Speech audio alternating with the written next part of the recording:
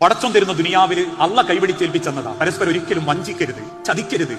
ഒരാണ് ഊട്ടി ഉരുക്കി എല്ലു മുറിഞ്ഞു കൊണ്ടെത്തരുന്നതിന് ഒരായുസിന്റെ വില കൊടുക്കണം. പലരും പലതും കാണിച്ച് വഞ്ചിക്കാൻ ശ്രമിച്ചേക്കാം, പലരും പല ചൂണ്ടക്കൊലത്തൂട്ടേക്കാം. പക്ഷെ ഒരാണിന്റെ മനസ്സറിഞ്ഞ് കൂടെ നിൽക്കുന്ന പെണ്ണിനുള്ള സൗഭാഗ്യം, മറ്റൊരാണിന് കൊടുക്കുന്ന സ്നേഹത്തിന്റെ ദുർഗന്ധത്തിന്റെ മണം പരലോകത്ത് ഏറ്റവും വലിയ കറുപ്പാണെന്നറിയണം. അതുകൊണ്ട് അള്ളാഹുവിന്റെ റസൂലുള്ള സഹാബത്തിനോട് പറഞ്ഞു, കെട്ടിയ പെണ്ണിനെ ചുംബിച്ചാണ് എനിക്ക് കൂലിയുണ്ട്, ഓനെ ചുംബിച്ചാൽ എനിക്ക് കൂലിയുണ്ട്. ഞാൻ നിർത്തി, സമയം കഴിഞ്ഞു. അപ്പൊ സഹാബത്ത് വെച്ച്, റസൂലി അത് ഞങ്ങളുടെ ആഗ്രഹമല്ലേ ചുംബിക്കല്? റസൂലുള്ള പറഞ്ഞു, വേറൊരു പെണ്ണിനെ ചുംബിച്ചാൽ എനിക്ക് കുറ്റുണ്ടോ? ഉണ്ട്. അപ്പൊ എന്റെ കെട്ടിയ പെണ്ണിനെ ചുംബിച്ചാൽ എനിക്ക് കൂലിയുണ്ട്, ഓളെ കെട്ടിപ്പിടിച്ചാൽ എനിക്ക് കൂലിയുണ്ട്. ഇമാം ഗസാലിന്റെ രീതിയിൽ വന്നിട്ട് ഒരു പെണ്ണ് പരാതി പറഞ്ഞു, ഭർത്താവ് ഇങ്ങനെ ദേഷ്യപ്പെടും, പക്ഷെ ഞാൻ മാറിക്കിടക്കൂല. ഗസാലി വെച്ച് അതെന്താ?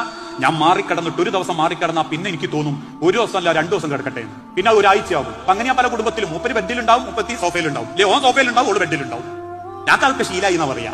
ഇത് ശീലായതല്ല, ജീവിതമെല്ലാം ഉണ്ടായതാ. മുതലുണ്ടാവും, മരിക്കാൻ നേരത്തെ എല്ലാവർക്കും മുതലുണ്ടാവും. അവിടെ ഇവിടെ ഒക്കെ വാങ്ങിട്ടതുണ്ടാവും, പുരയുണ്ടാവും, കാറും ഉണ്ടാവും, നാട്ടിൽ ആൾത്താമസല്ലാത്ത കൊട്ടാരം ഉണ്ടാവും. ജീവിച്ചിട്ടുണ്ടാവില്ല. ജീവിക്കാത്ത നിങ്ങൾക്ക് എന്തിനാ മനുഷ്യരെ നമുക്ക് പൈസ, വീട്? ജീവിക്കുന്ന ഒരു ഓസാണെങ്കിൽ, ഒറ്റ ദിവസമാണെങ്കിൽ മനസ്സറിഞ്ഞ് ജീവിക്കണം, സ്നേഹിക്കണം, പ്രണയിക്കണം. ആഹ്ലാദത്തോടെ പടച്ചോന്റെ അടുത്തേക്ക് തിരിച്ചു പോകാൻ പറ്റണം. അത് ഈ ഉമ്മത്തിന് ബോധ്യപ്പെടുത്തി കൊടുത്തൊരു റസൂലുള്ള നമ്മളെ കയ്യിലുണ്ടായിട്ടും ആ വില അറിയാതെ ജീവിക്കുന്നവരായി മാറുമ്പോൾ നമ്മൾ സൂക്ഷിക്കുക. അതുകൊണ്ട്